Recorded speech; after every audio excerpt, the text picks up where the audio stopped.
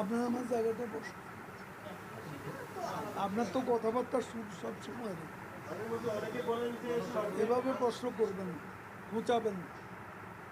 আমি আপনার সাথে পড়ছি, আমি ফ্রেন্ডলি কথাবার্তা বলি, আপনি অলওয়েজ ঘুচিয়ে কথা বলেন, এটা ঠিক নেই। পিকিং করেন, প্রশ্ন এইভাবে করে না, আপনার এটা করার অভ্যাস।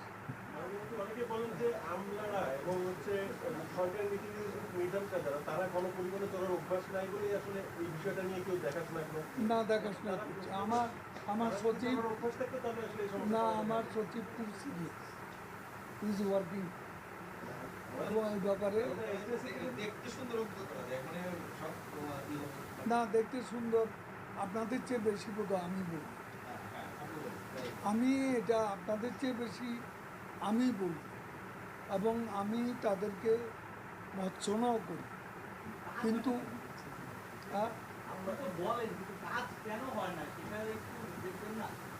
কাজ কেন একেবারে যে হচ্ছে না, কিছু কিছু তো হচ্ছে।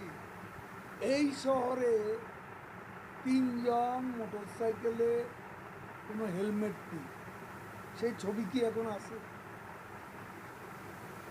সেই ছবি কি আছে? তো এটা চেঞ্জ হচ্ছে না, কমে না, 90%। কি বলে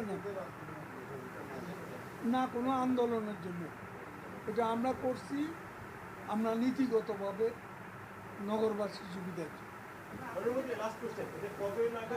আপনি কি একাই এখানে লাশ করছেন?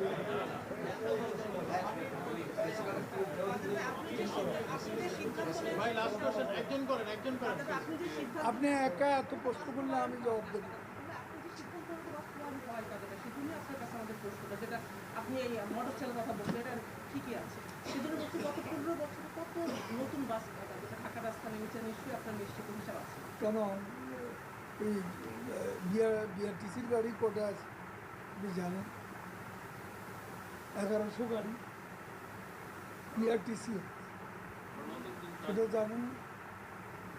এখন প্রাইভেট আনার মালিক তো আমি, প্রাইভেট বাস তো প্রাইভেট, সেনাবাহিনীও কিছু, সেনা কল্যাণ সংস্থা বেশ কিছু নতুন গাড়ি নিয়ে আছে। আমাদের পপুলেশন তো বাড়ছে।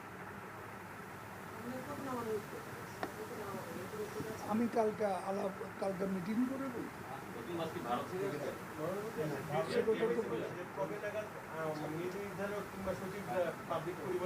নতুন বাস কোথা থেকে আসলে ভালো হয় আপনি বলেন না? ভারতেরটাই তো টেকসই। হ্যাঁ, প্রথমে কিছু আমার আগে তো কিছু গাড়ি আসছিল, ওইসব গাড়ির খবর আছে, তো সেগুলো কই? তো সেটাই বলতে, ভারতের গুলো তো টিকতেছে। আমার ভারত আর চীন বুঝি না, আমার যেখানে ভালো গাড়ি আমি পাবো, টেকসই গাড়ি পাবো, আমি সেখানে। এত প্রশ্ন কোনো সাংবাদিক সম্মেলনে করে